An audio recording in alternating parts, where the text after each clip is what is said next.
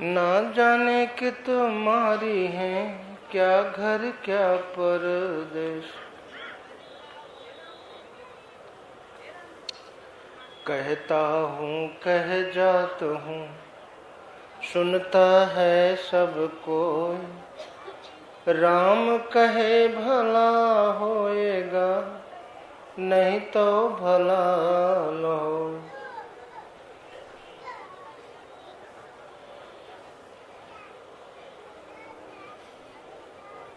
महापुरुषों ने संसार में ऐसा कोई स्थल नहीं देखा, ऐसी कोई वस्तु नहीं पाई जो मनुष्य के सुख और शांति का कारण बन सके। दुख और अशांति कोई चाहता नहीं, सभी सुख शांति चाहते हैं। उसी के लिए सब प्रयास करते रहते हैं।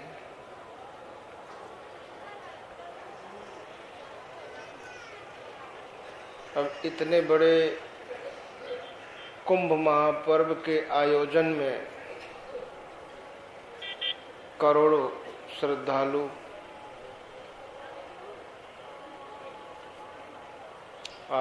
आए। किसके लिए? दुख पाने के लिए नहीं, सुख पाने के, सुख की खोज में, अमृत की खोज में।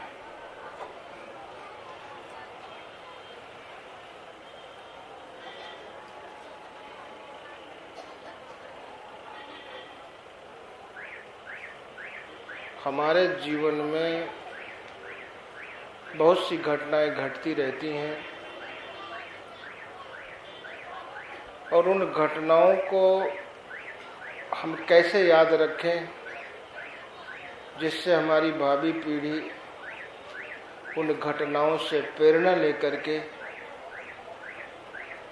अपने जीवन को व्यवस्थित कर सकें, सुरक्षित कर सकें और अपने लक्ष्य की प्राप्ति कर सकें।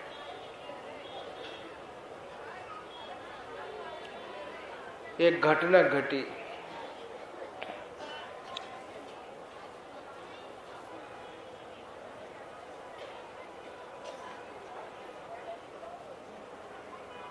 दक्ष की 13 कन्याएं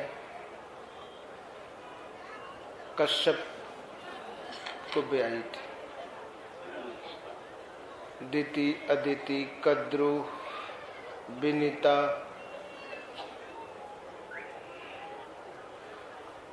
तो कद्रु से सर्प पैदा हुए और विनीता से गरुड़ पैदा हुए।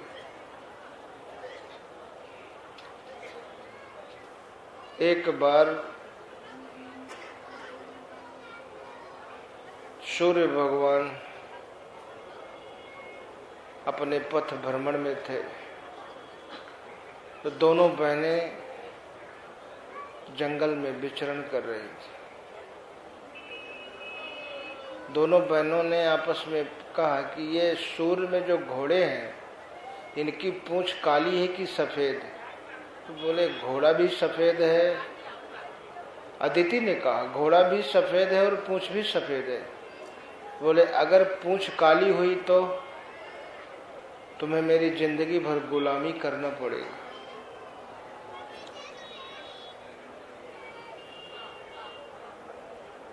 और सफेद अगर हुई तो मैं जिंदगी भर गुलामी करूंगी।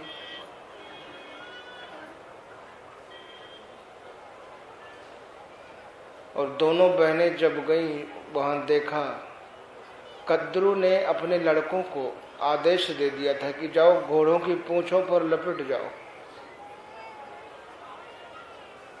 तो सूर्य की परिधि में कोई प्रवेश नहीं कर सकता है। दूर से देखा तो वास्तव में फिर जहां से साफ दिखाई देता देखा काली है, तो विनीता को फिर गुलामी करनी पड़ी। हमेशा उदास रहती थी,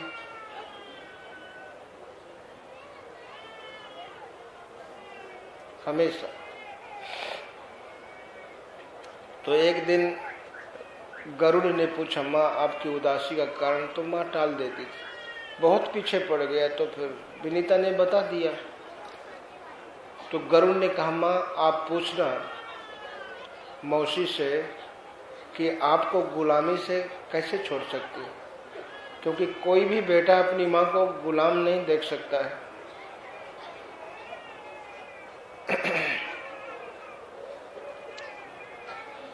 भारत माता की को गुलामी से मुक्त कराने के लिए कितनों ने अपना बलिदान दिया। कोई भी लड़का माँ को गुलाम देख सकता है, गरुड़ भी नहीं देख सके। तो कद्रू ने कहा कि अगर तुम मेरे पुत्रों को अमृत पिला दो तो मैं तुम्हें गुलामी से मुक्त कर दूं। काम बड़ा असंभव था।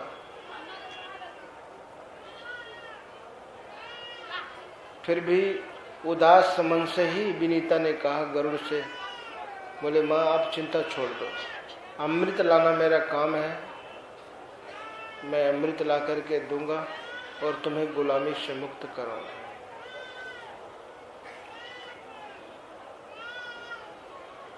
गरुड़ गए,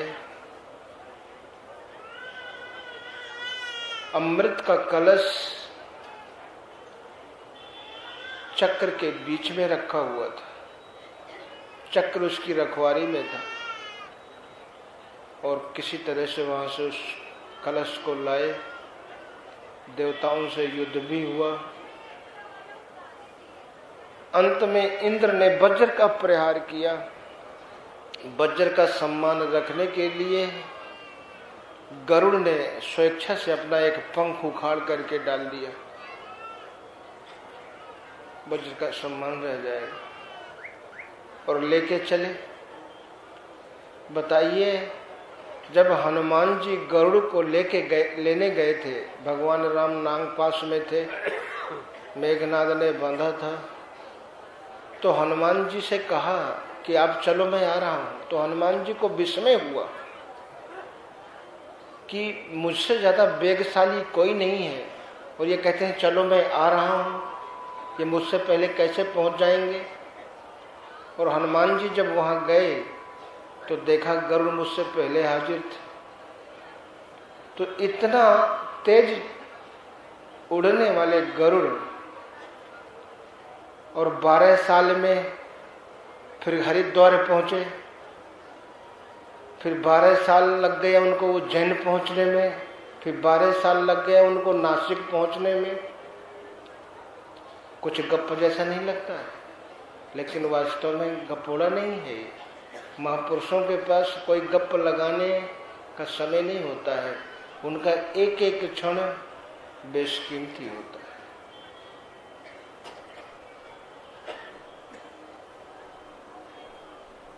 हमारे समाज में जो भ्रम है, जैसा भी आप लोगों ने शब्द सुना,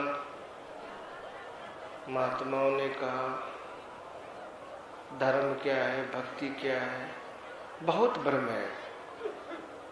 रामायण को लेकर के भी कोई कहता है कि रामायण हमारा शास्त्र है, कोई कहता है गीता हमारा, लेकिन समझना बहुत कठिन।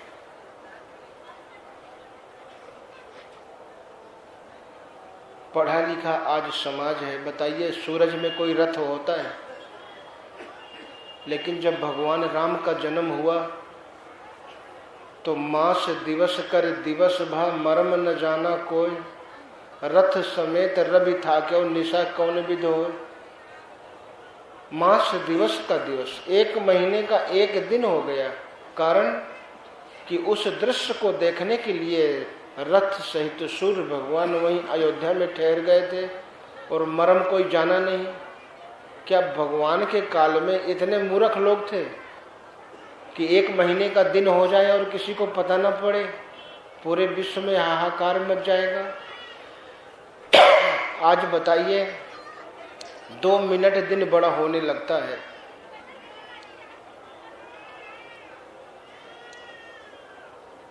पच्चीस दिसंबर से दिन बड़ा होने लगता है ना, तो आदमी को पता चलने लगता है कि दिन बड़ा होने लगा है। और उस समय 1 महीने का दिन हो गया, किसी को पता ही नहीं पड़ा। आज वैज्ञानिकों की जो खोज है वो कहते हैं कि सूर्य से 1000 मील दूर दुनिया की कोई भी कठोर धातु रहेगी और पिघल जाएगी। वो कोई भी कठोर धातु, टंगस्टन से भी कठोर धातु बन गई। टंगस्टन जो आपके बिजली के उसमें रहता है, बल्ब में 1000 वाट का भी होता है, 2000 5000 वाट का, लेकिन वो पिघलता तो नहीं है। लेकिन उससे भी कठोर धातु, कोई भी कठोर धातु हो, सूर्य की परिधि में जाने से पिघल जाएगी, इतना ताप है उसमें। और घोड़े अब तक नहीं पिघले, रथ भी नहीं पिघला। और फिर भी हम पर्व मनाने तो आते हैं। कभी विचार किया कितनी बार गंगा में बाढ़ आई तो जहां अमृत गिरा भी होगा तो बह गया होगा, अभी बनाया है क्या? लेकिन प्रश्न ये नहीं है, ये घटना है। और हम सब महापुरुषों का एक दृष्टिकोण है। जिन्होंने भागवत लिखी उनका दृष्टिकोण था, इसलिए देवकी को कैद में दिखाया। किसी महापुरुष का दृष्टिकोण कुछ और था, उन्होंने विनीता को गुलामी में दिखा दिया। लेकिन आशय उन सब का, सभी महापुरुषों का एक ही था। कैद दुनिया की सजब जादू की है, टोने की है, फर्क बस इतना कि एक लोहे की एक सोने की है। कैद दुनिया की सजब, दुनिया सभी कैद में है, बस इतना है शाह मुलजिम पैर में दोनों ने पहनी बेड़ियां, फर्क बस इतना कि एक लोहे की एक सोने की, एक सोने की बेड़ियों में बंधा हुआ है, एक लोहे की बेड़ियों में बंधे सभी कैद हैं। और उस कैद से छूटने के लिए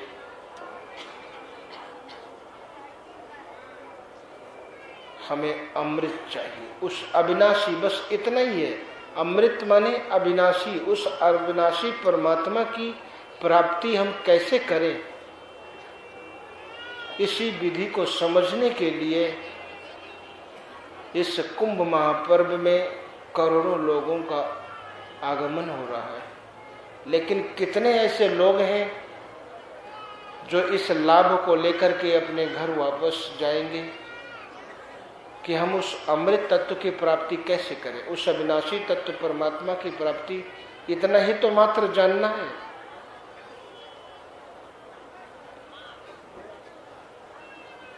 उसकी विधि क्या है, कैसे वो जानने में आता है। जब तक हमारा मन चंचल है, इंद्रियां चंचल है, भोगों में आसक्ति है, तब तक हम उस अविनाशी परमात्मा को, अमृत तत्व को हम कैसे जान सकते हैं। संपूर्ण मानव जाति को अमृत की संतान कहा गया है। अमृत माने अविनाशी, अमृतस्य पुत्र, अथर्ववेद में भी और ऋग्वेद में भी।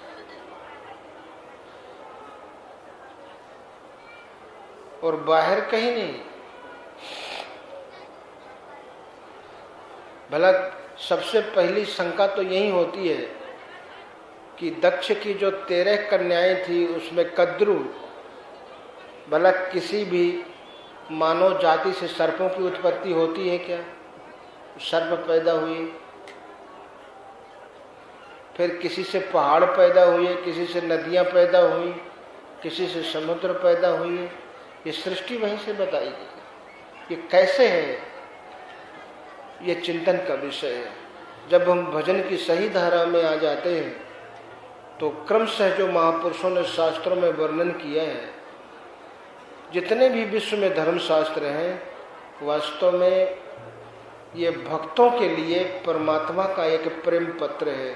भगवान ने इतना प्रेम किया भक्तों से कि उन्होंने अपने प्राप्ति का पता, अपना संदेश इन धर्मशास्त्रों में महापुरुषों के माध्यम से अंकित कर दिया। अब दुनिया में प्रेम पत्र पढ़ते हैं, कितनी लगन से पढ़ते हैं, लेकिन इन शास्त्रों को हम इतनी लगन से पढ़ते हैं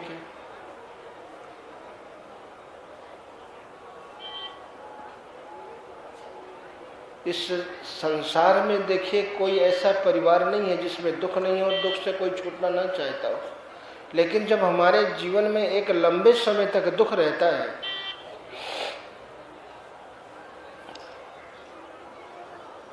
तो हमें संदेह होने लगता है किसी ने कुछ करवा तो नहीं दिया, कोई ऊपरी चक्कर तो नहीं है, कोई भूत बाधा तो नहीं है, कोई प्रेत बाधा तो नहीं है। हमारा मन पता नहीं कहां कहां दौड़ता है।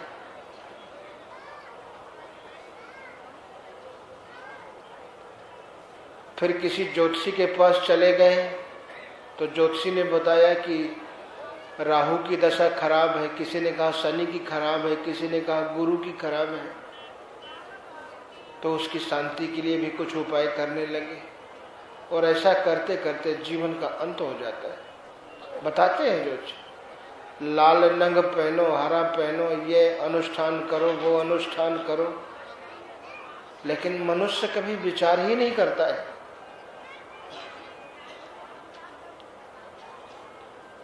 कि जिस आत्मा को नैनम छिदंत शस्त्राणी नैनम दहति पावका न चय क्ले देयन्ते आपो न शोषयति मारुता, जिस आत्मा को अग्नि नहीं जला सकता है, शस्त्र नहीं काट सकता, जल गीला नहीं कर सकता है, वायु सुखा नहीं सकता है, तो खुदाई में जमीन के अंदर पाए जाने वाला एक पत्थर का टुकड़ा उस आत्मा का हित कैसे कर सकता है। लेकिन पहले उनको विश्वास है कि हमें भगवान से नहीं, हमें इस नंग से फायदा होगा, तो अभी भगवान पर विश्वास ही कहाँ है। वो फायदा कैसे होगा? जिस दुकान से आप एक उठा के लाते हैं उस दुकान में तो सैकड़ों रखे, वो सैकड़ों मिलकर के भी उसे फायदा नहीं पहुंचा रहे हैं। दिन भर भूखा प्यासा चाय पी के उन नंगों को बेचता रहता है। अगर उनसे लाभ होता, जिंदगी का उत्थान होता, तो फिर वो सैकड़ों नंग मिलके उसका उद्धार कर देते, और उसमें से हमें एक उठा लाए। दुकान में हजारों मालाएं टंगी, उसमें से एक ले आए। तो महापुरुषों ने कभी भी दुख का कारण भूत प्रेत या ग्रह उपग्रह इनको नहीं माना, और न ये है निज कृत कर्म भोग सब भ्राता, काहू न को सुख दुख कर दाता। निज कृत कर्म, अब बताइए, ग्रह दुख देता है तब हमें मिलता है कि जो हम कर्म करते हैं उसका परिणाम हमें मिलता है। कोई विचार ही नहीं करता है। जो परंपरा है, जिसके घर में मुख्यमंत्री रोज हाजिरी देता हो तो भला जिले का कोई अधिकारी उसका नुकसान कर सकता है? तो जिसने सृष्टि को रचा है वो परमात्मा जिस हृदय में रोज हाजिरी देता है, तो उसकी बनाई ये सृष्टि में से राहु केतु शनि मंगल भूत प्रेत उसका कोई नुकसान कर सकते हैं? कोई विचार ही नहीं करता है, सोचता ही नहीं। जो परंपरा मिली, जैसे संपत्ति मिलती है तो संपत्ति की तरह मनुष्य को परंपराएं भी विरासत में मिल जाती हैं, और जिंदगी भर उन परंपराओं का उनके पूर्वजों ने पालन किया, कभी जीवन में सुख शांति नहीं दिखाई दी, और स्वयं पालन कर रहा है। दवा को आप 10 दिन सेवन करोगे, नहीं फायदा करेगी तो दवा बदल दोगे, लेकिन इन परंपराओं का पालन करते पीढ़ियां बीत गई। अपने पूर्वजों को कभी सुख शांति से जीते नहीं देखा, फिर भी दवा तो आप 2 दिन में बदल देंगे, हम 10 दिन तो बहुत कह रहे हैं। अगर 2 दिन खाया फायदा नहीं हुआ तो आप डॉक्टर के पास जाके दवा बदल दें। लेकिन इन परंपराओं को बदला क्या, इनको छोड़ा क्या, करते चले जा रहे हैं।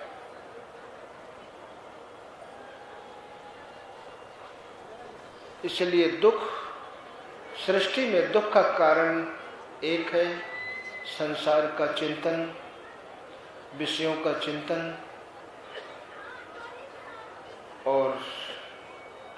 दुख निवारण का सृष्टि में उपाय भी एक है, अपने मन का निरोध करके परमात्मा का चिंतन। जब तक मन निरोध नहीं होगा तब तक परमात्मा का चिंतन पकड़ में नहीं आएगा। इसलिए भगवान कृष्ण ने कहा कि अर्जुन, श्रद्धावान लभते ज्ञानम तत्परम संयतेन्द्रिय, ज्ञानम लब्ध्वा परम शांति न चिरणादि गच्छति। श्रद्धावान लभते ज्ञानम, संयतेन्द्रिय, इंद्रियों में संयम, और हमारी इंद्रियों में संयम तो है नहीं। मन पता नहीं क्या क्या सोचता है, इंद्रियां अपने अपनी तरफ भाग रही हैं और श्रद्धावान ही प्राप्त करता है। तो पहले श्रद्धा होना चाहिए। देखिए, सुई है, सुई को आप ऐसे फेंक दें कचरा में खो जाएगी कि नहीं। लेकिन अगर वो सुई धागे में है तो आप कहीं फेंक दो, धागा है ना, वो पकड़ में आ जाएगी। भगवान कृष्ण ने कहा ना, ये पूरा संसार मणि की तरह धागे में मुझसे गुथा हुआ है, मणि की तरह, एक मणि के बाद दूसरी मणि है। तो अगर हमारा मन है, उसमें हमने ये चिंतन का धागा अगर पिरो दिया तो संसार में कहीं खोएगा नहीं, कचरा में भी रहे।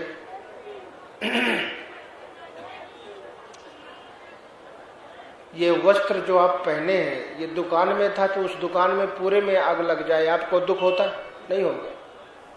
जब खरीद के ले आते हैं ये आपका हो जाता है, अगर ये जल गया या गिर गया तो आपको दुख होता है। धो के डाल दिया फिर गिर गया तो आप गिरे रहने देंगे इसको, फिर उठा करके धो करके डालेंगे, दोबारा गिरेगा तो फिर डालेंगे, और ऐसी व्यवस्था कर देंगे फिर आंधी चले करे फिर नहीं गिरेगा। तो जब तक ये जीवन संसार का रहता है, भगवान से इसका कोई मतलब नहीं रहता है। जब ये भगवान का हो जाता है, संसार का नहीं, भगवान का हो गया, ये वस्त्र आपका हो गया, आप इसकी सुरक्षा करेंगे। संसार में हम हैं तो अपने संस्कार के अनुसार जी रहे हैं। दुनिया का हर प्राणी संस्कारों के आधार पर अपने जीवन को जी रहा है। हर क्षण जैसा संस्कार आता है, चपरासी से लेकर राष्ट्रपति तक, झोपड़ी से लेकर महलों तक, हर आदमी संस्कारों के अधीन जिंदगी जीने के लिए मजबूर है। राष्ट्रपति जैसा चाहता है वैसा जीवन नहीं जीता है। जैसा संस्कार आता है वैसा जीने के लिए वो मजबूर है। कोई राष्ट्रपति अपने जीवन में तबाही चाहता है, फिर भी उसे तबाही से गुजरना पड़ता है। वो संस्कार आया, और उन संस्कारों से हमारी बाहर की उपलब्धि, बाहर की ताकत, पद, धन, बुद्धि छुटकारा नहीं दिला सकती। हमें उसका अभिमान भी होता है, हम इतने बड़े पद के मालिक हैं, इतना धन है, हमारे पास इतनी बुद्धि है, पर उनसे कहो कि आप जैसा सोचते हैं क्या वैसा जीवन जी रहे हैं? कोई व्यक्ति कह सकता है कि मैं जैसा सोचता हूं वैसा जीवन में जी रहा हूं? इसलिए संयत इंद्रिय, जो संयत इंद्रिय, आप लोगों ने, बहुत से लोगों ने सोलर कुकर देखा होगा। आप एक पात्र में जल भर करके चावल या दाल रख दीजिए, सब्जी रख दीजिए, धूप में रख दीजिए, ये किरणें उसको 1 महीने में 2 महीने में नहीं पका पाएंगी। सूरज की किरणें तो पड़ रही हैं ना, उसमें खराब हो जाएगा लेकिन पकेगा नहीं। और उसी को आप सोलर कुकर में रख दीजिए तो 20 मिनट में वही किरणें उसको 20 मिनट में पका देंगे। क्यों? ये किरणें बिखरी हुई। तो आपका मन जो संसार में बिखरा हुआ है ये समस्याएं पैदा करता है, और यही संसार में बिखरा हुआ मन सिमट करके जब गुरु के चरणों में लग जाता है, परमात्मा के चरणों में लग जाता है, तो इसमें जो लेंस वाले चश्मे होते हैं ना, आप सूरज में करिए नीचे, कागज में आग लग जाती है, सारी किरणें उसमें कितनी बड़ी ऊर्जा पैदा होती है जो कागज को जला दे। इसी प्रकार आपका ये संसार में जो बिखरा हुआ मन है, ये सिमट कर जब एक धारा में, सूरज की किरणों की तरह जब एक धारा में प्रवाहित हो जाता है, इससे बहुत बड़ी ऊर्जा पैदा होती है जो आपके जीवन की समस्याओं का स्थायी समाधान करती है। भोजन पकना एक समाधान ही तो है। हमारे जीवन में कितनी समस्याएं हैं और उसके लिए संयम चाहिए। इंद्रियों में जब तक संयम नहीं होगा,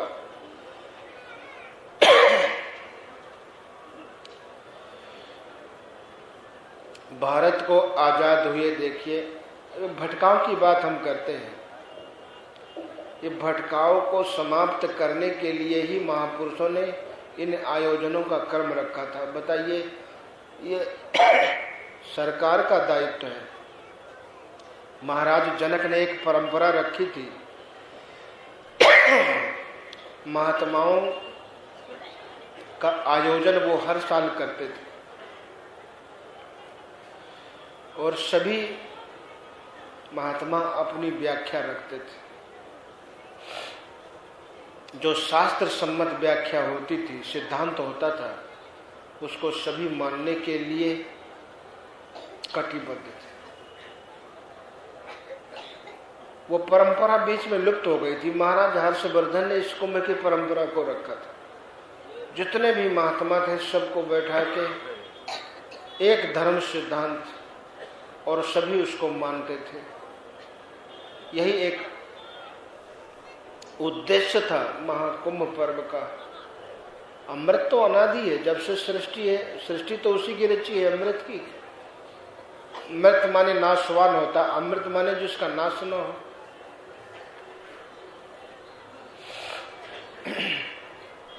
इसीलिए अंगद ने रावण को समझाया था, अन्न दान अरु रस पीयूषा पशु सुरधैन कल्पतर रूखा। अन्न क्या कोई दान है? अमृत क्या कोई घोल पदार्थ है जो पी लेंगे? अन्न दान अरु रस पीयूषा,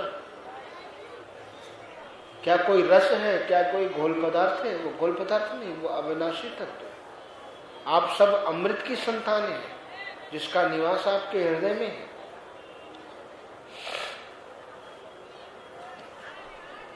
इसलिए महापुरुषों ने, अब बताइए 65 साल हो गया देश को आजाद हुए, आज तक हमारे सामने धर्म की परिभाषा नहीं आई। अरबों रुपए सरकार खर्च कर दिया, लेकिन उद्देश्य क्या है? खर्च करने के पीछे उद्देश्य क्या है? उस समय के प्रतिनिधियों का उद्देश्य था कि हमारे देश का भटकाव खत्म हो। आज भी प्रतिनिधियों को उस दायित्व का वहन करना चाहिए कि अरबों खर्च करने के बाद भी हमारे देश की जनता अपने घरों को खाली हाथ वापस जा रही। तीरथ गए दोय जन चित चंचल मन चोर, एकौ पाप न छूटिया लादे 10 मन और।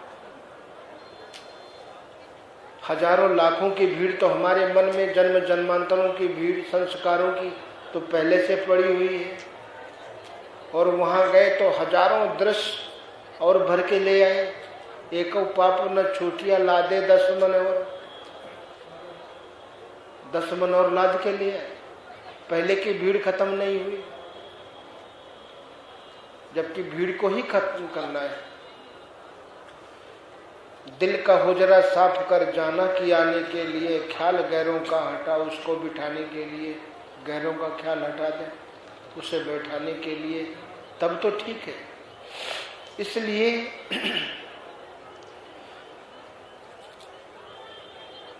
पूरी सृष्टि का धर्म एक है। धर्म मनुष्य को जोड़ता है और परंपराएं मनुष्य को तोड़ती है, मनुष्य को मनुष्य से अलग करती है। धर्म ही एक ऐसा है जो मनुष्य को जोड़ता है।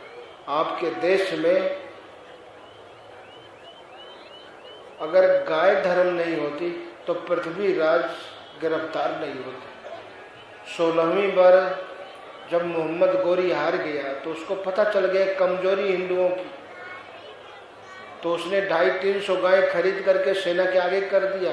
पृथ्वीराज ने हथियार डाल दिए, गिरफ्तार कर दिए। जो 16 बार पराजित हुआ उसमें ताकत ही नहीं थी। और आज भी ऐसा ही है। अगर कोई भी आतंकवादी हजारों लोगों को मार करके अगर तिरंगा ओढ़ ले, जिसको 21 तोप की सलामी दी जाती है, राष्ट्रपति जिसे सलूट करता है, उस पर कोई सिपाही, कोई फौजी बंदूक नहीं चला सकता है। चला सकता है? कोई आदेश ही नहीं देगा। ये सोचने की बात है। आप थोड़ा सा सोचेंगे, विचार करेंगे कि जिसने इस देश में ये धर्म सिद्धांत बनाया था कि छूने खाने से धर्म नष्ट होता है, क्या आज वो सिद्धांत अपनी जगह पर सही है? आज एक दफ्तर में सभी काम करते हैं और सब सबके साथ बैठ के खाते हैं। किसी का धर्म नष्ट हुआ? नष्ट नहीं हुआ।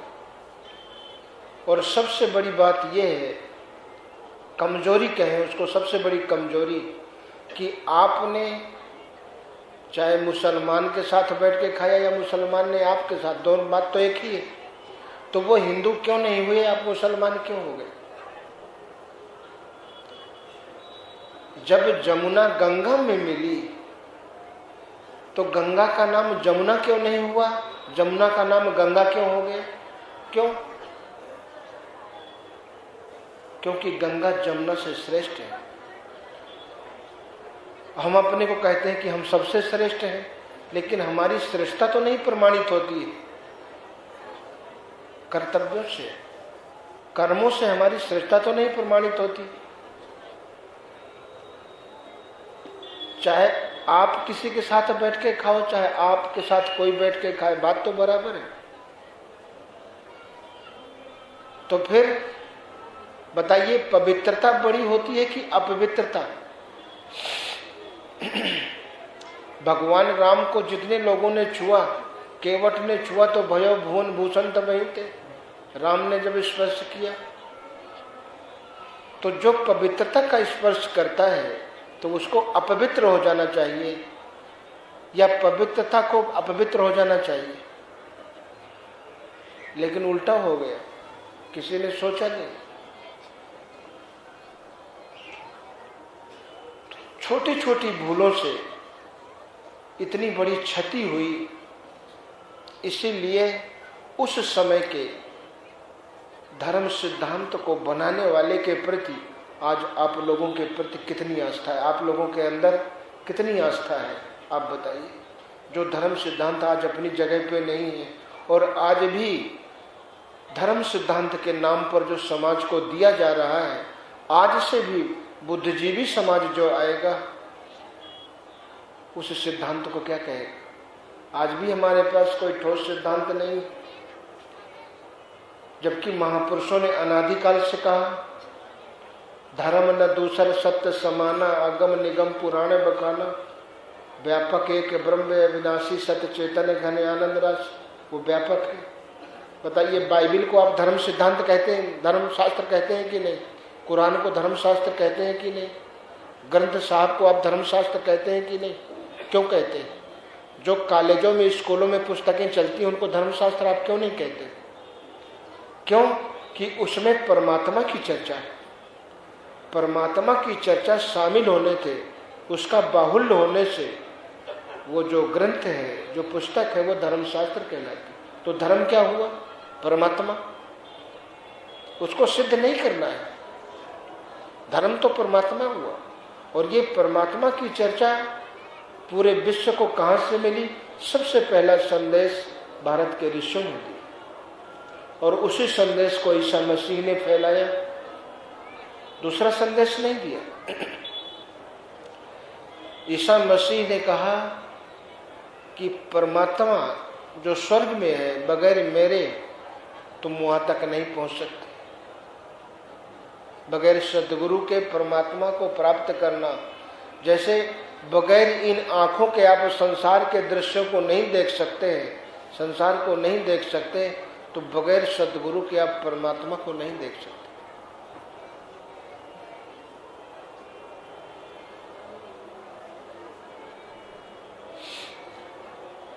तो सभी महापुरुष जितने भी हैं वो भारतीय दर्शन के ही तो अनुयायी हैं। उन्होंने बुरा क्या किया, लेकिन उनको सबको अलग करते चले गए। कुछ न कुछ आरोप लगा के अलग किया। आप लोग थोड़ा सा सोचेंगे कि आप में से कोई भी आज भी हर साल 26 जनवरी को, 15 अगस्त को या किसी राष्ट्रीय पर्व पर उन बच्चों को, उन व्यक्तियों को वीरता का पुरस्कार मिलता है जो किसी न किसी को आपात घटना से बचा लेते हैं। मिलता है कि नहीं? मतलब कुछ समय जीने का अवसर आपने किसी को दे दिया, कुछ समय संसार का चिंतन करने का, संसार संबंधी काम करने का, तो उसको गवर्नमेंट पुरस्कार देती है। आप समझ रहे हैं ना? संसार का चिंतन, संसार संबंधी काम का मतलब दुख निर्माण करने का। आप जितना ही संसार का चिंतन करेंगे उतना ही दुख का निर्माण होता चला जाएगा। संसार की तरफ चलने का आपका उद्देश्य क्या है? सुख। लेकिन जिंदगी भर मेहनत करने के बाद क्या आपको कोई टिकाऊ चीज मिली है? आपके पास कोई मनुष्य ये बता दे कि मैं जिंदगी भर मेहनत करने के बाद मेरे पास ये वस्तु है जो मुझे दुख से बचा सकती है? एक भी वस्तु नहीं है।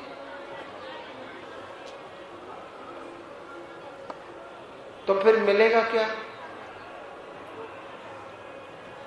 हम दुख के लिए काम कर रहे हैं क्या? इतनी मेहनत दुख पाने के लिए कर रहे हैं?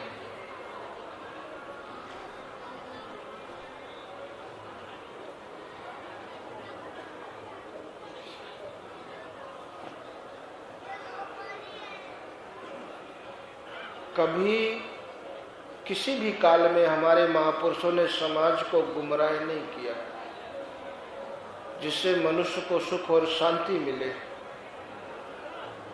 वो रास्ता दिया उन्होंने।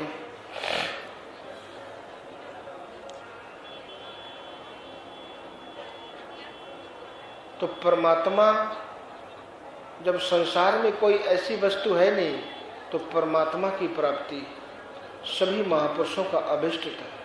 चाहे वो मोहम्मद साहब रहे हों, ईसा मसीह ने कहा कि परमात्मा को छोड़कर जो किसी की भी पूजा करता है वो शैतान है, इब्लीस। मोहम्मद साहब ने कहा वो काफिर है।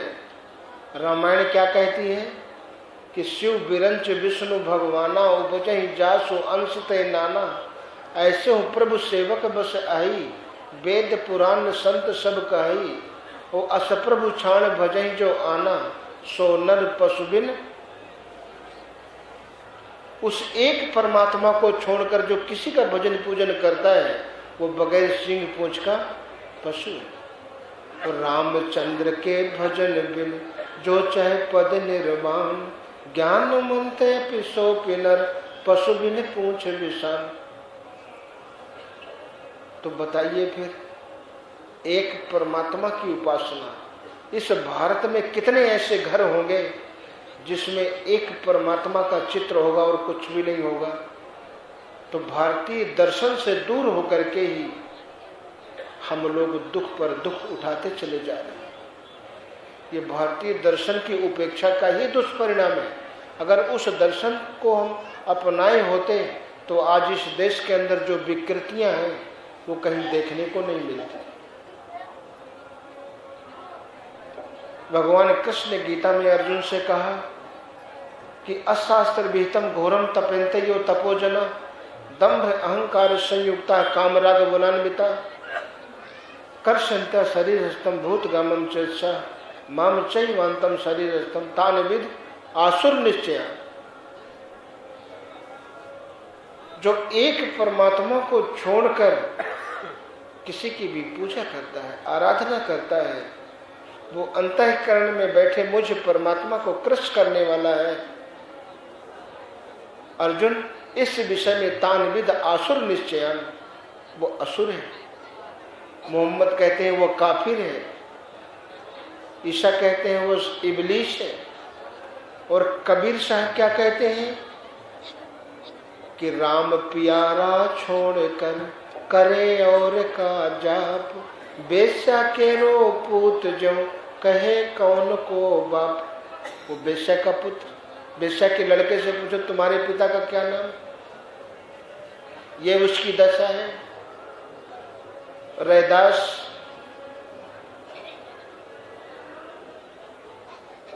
राम नाम को छोड़कर करे और की आस, ते नर जमपुर जाएंगे सत वाखे रैदास। गुरु नानक ने क्या कहा कि आदि सच, जुगादि सच, है भी सच नानक, होशी भी सच। क्या? एक ओंकार सदगुरु प्रसाद। एक ओम का जाप सदगुरु का प्रसाद है। वो आदि सच, जब से सृष्टि है वही सच है, दूसरा कुछ नहीं। ये बताइए। तो ये गीता का शुद्ध अनुवाद है। न जायते मृते कदाचन नायम भूता भविता हुआ न भूया, अजो नित्यम शास्त्रो यम पुराणे न हन्यते हन्यमाने शरीर।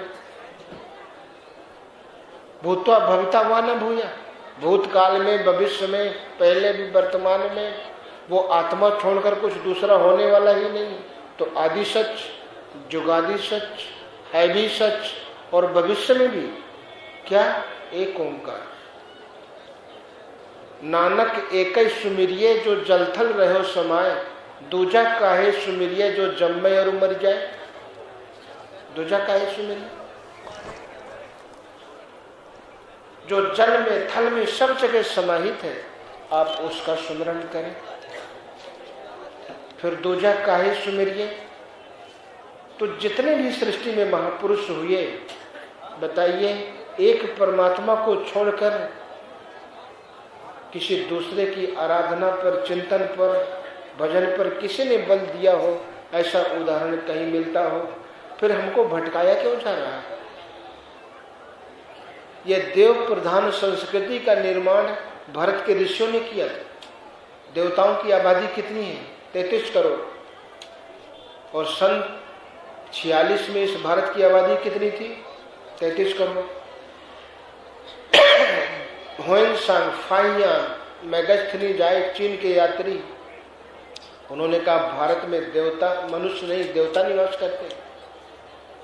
तो ये देव संस्कृति को छोड़ करके हम इस देश को कौन सी संस्कृति दे दिए, और उस संस्कृति से इस देश को क्या मिला?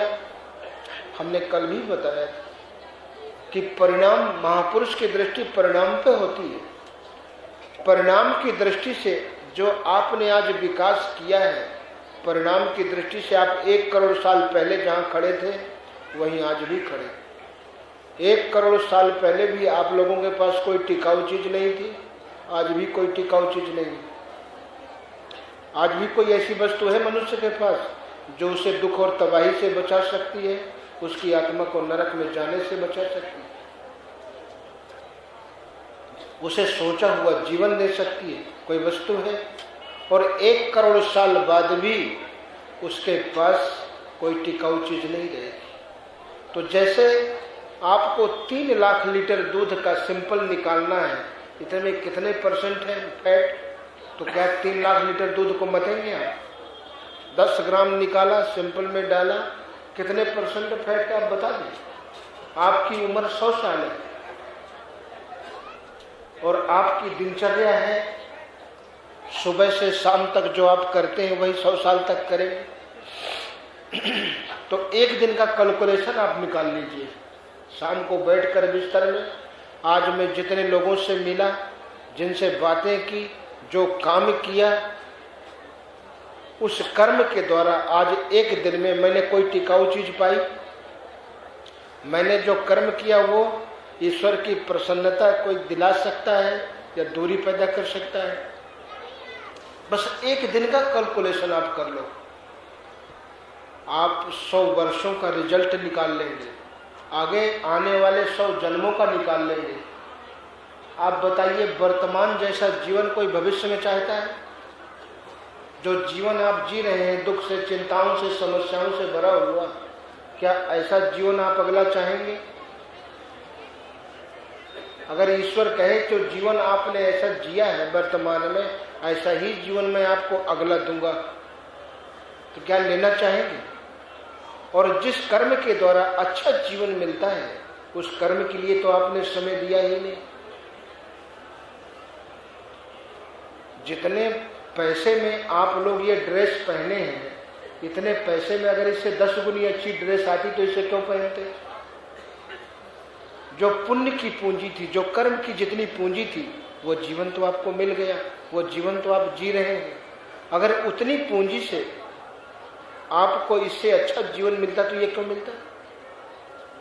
कर्म तो आप सुबह से शाम तक कर रहे हैं, लेकिन ये कर्म परिवार की व्यवस्था, समाज की व्यवस्था, देश की व्यवस्था चलाने के लिए, अच्छा जीवन पाने के लिए नहीं। अच्छा जीवन पाने के लिए तो हमें गीतोक्त कर्म पर ही चलना होगा। और वो कर्म क्या है? यज्ञार्थात् कर्मणो अन्यत्र लोकोऽयं कर्मबल। तदर्थ कर्म कौन्ते मुक्त संग समाचर। जो गीता का कर्म है मुक्त संग दोष से अलग रह करके।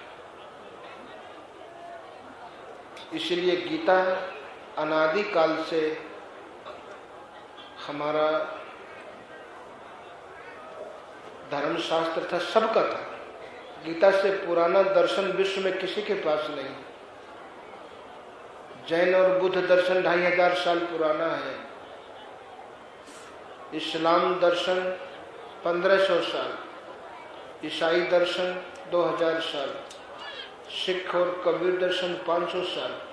लेकिन इन हम जो संकीर्णता में सिमटे हैं उनके लिए कह रहे हैं। बाकी महापुरुषों ने तो अनादिकाल से जो उपदेश दिया है, किसी भी महापुरुष ने संसार के भोगों का अगर समर्थन किया हो, किसी के पास कोई उदाहरण हो तो बताइए। उन्होंने एक परमात्मा का ही संदेश दिया। सभी महापुरुष इस विषय में एक मत, लेकिन फिर इसके बाद भी उन महापुरुषों का तो हम नाम लेते हैं। ये जितने भी धार्मिक स्थान हैं वास्तव में हमारे आदर्श स्थल हैं। अपने आदर्श